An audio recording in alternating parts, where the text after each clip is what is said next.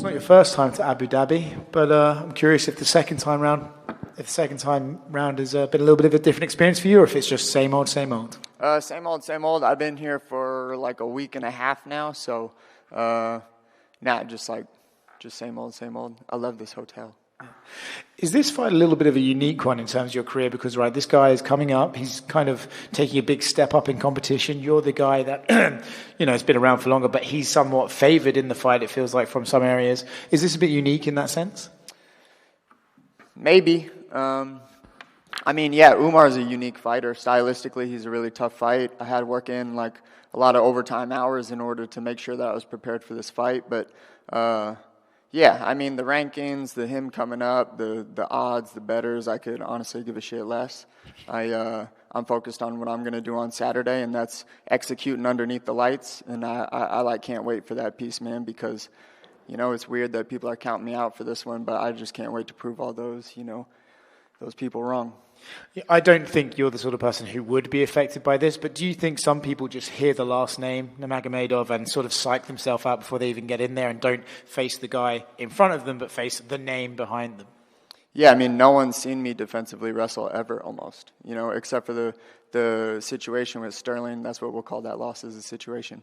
The situation with Sterling and that was 4 years ago? I was 2 years into my career. I'm 6-7 years into my career now, and still no one's really seen it. So just another element that I get to show to people. And, I'm excited for this one just to show how great I am, because Umar's going to bring out the best of me.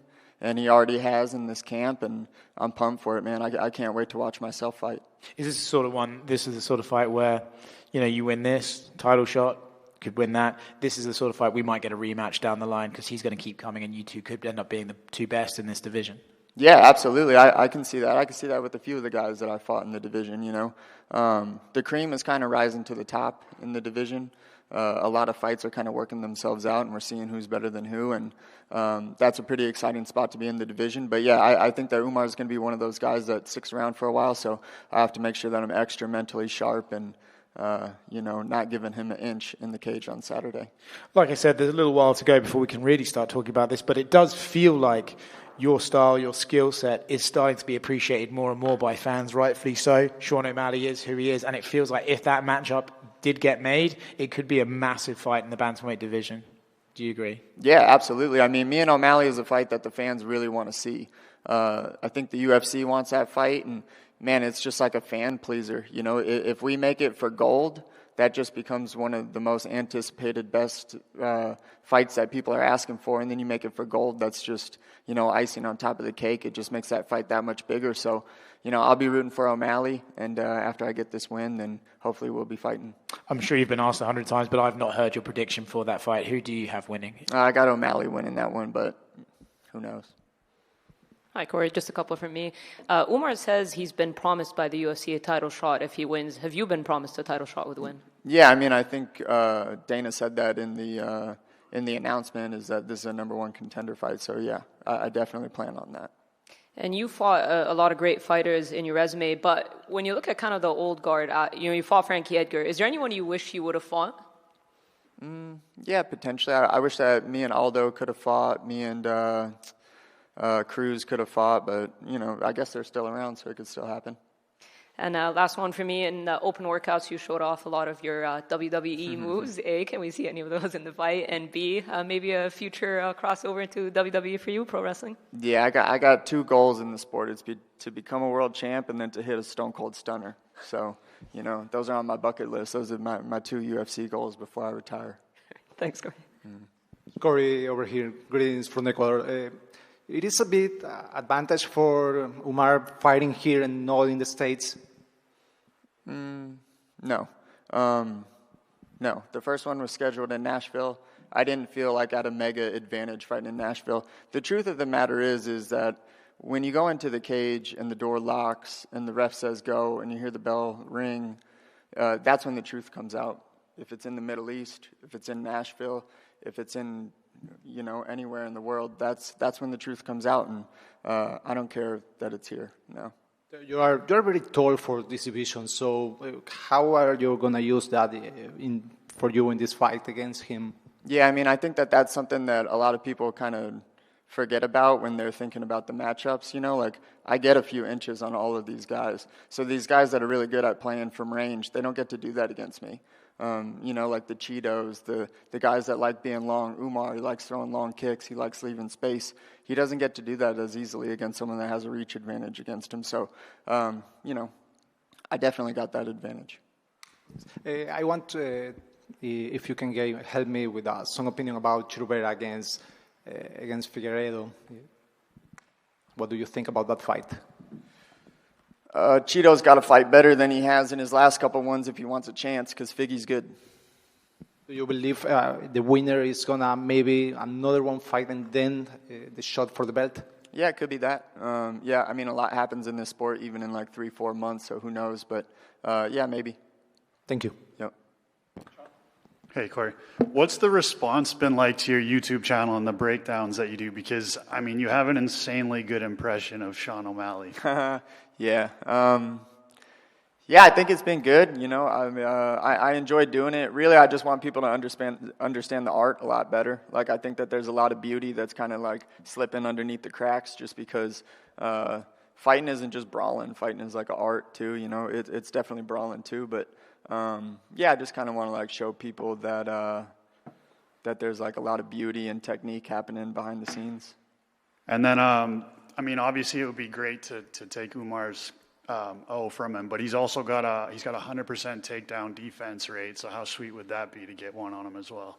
Yeah, fine. I don't care, man. Like I plan on going toe to toe with Umar everywhere. So you know, I think that Umar has to worry about me. I don't have to worry about Umar. You know, that's the way that I'm going into this fight, is offensive all the time. So if he gives me a shot, cool. I see shots as an opportunistic thing. If he messes up and gives me a takedown, then yep, I'm going to take it. Cory here. Kind of curious, what do you think about Dagestani basketball? I like Dagestan basketball. I like it a little bit more than American basketball. It's a little rougher. It's a little less pretty to watch, but I like Dagestan basketball. Maybe I don't think I'd be as good at it. And a question, beside the title shot, if there will not be a title, which fighter excites you? Like, damn, I would like to step in the cage with him and share the time. Which fighter excites you more? For the title shot after this? No. Beside the title shot, if there will not be a title, who would you love to fight? Oh, I don't know. I haven't thought about it because I'm fighting for the title after this. All right. And the last one. The former champion Aljamain Sterling moved up to featherweight, and you also made a debut in the featherweight division in UFC, and you had a fight in featherweight. At some point, you think about to move up a weight class and test yourself here? Maybe 35 is really comfortable for me to make. I'd maybe mess around at 45 if it was, you know, yeah, I don't know. Maybe one day. All right, thank you. Hey, Cory, how you doing? Yo. Just a quick one for you, Cory. You've given us a couple of interviews since you've been in Abu Dhabi.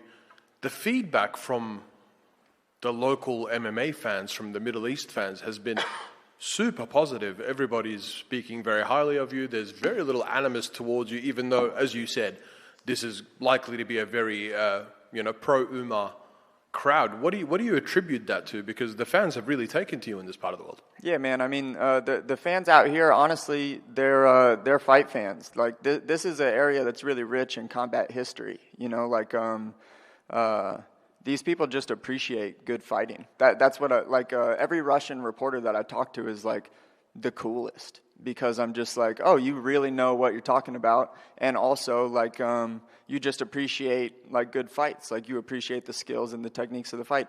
I feel it's the same here, you know, and also it's just not part of their culture, I think, to boo. Like I was a little nervous at open workouts if people were going to boo. I didn't get many cheers, but I didn't get any boos either, so I'll take that. But yeah, I mean, I'm a respectful guy. I come across that way. It's hard to be a dick to someone that's not a dick, you know. So yeah.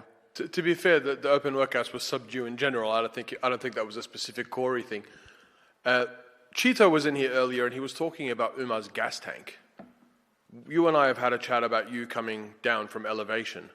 Do you think that's going to play a big part from you if you can put a pace on him and see if you can't drain his gas tank? Because he's not really done a 5-round fight. We'll see if he can keep up. You know, like I don't put any eggs in any basket except for execution and skills. do I have the skills and can I execute the skills? You know, like the experience, the whole, like, me coming from elevation, him getting tired, like all of that, you know, that's just some shit I say in my meat suit just to, you know, like fucking be interesting to talk to. But really what it comes down to, man, is going into the cage and executing. And that's where my mind is. I don't have no feelings. I don't have no expectations. I plan on going into the cage, it closing, the bell ringing, and me executing. Well, it's been a pleasure having you, and good luck. Thanks. Thanks, Cory. Hi. What would you say to the kids that are starting the martial arts and they want to have a career in this? Ooh, don't do it. No, I'm just kidding. Well, it's real tough, and if you love it, you should do it, and if you don't love it, you shouldn't do it.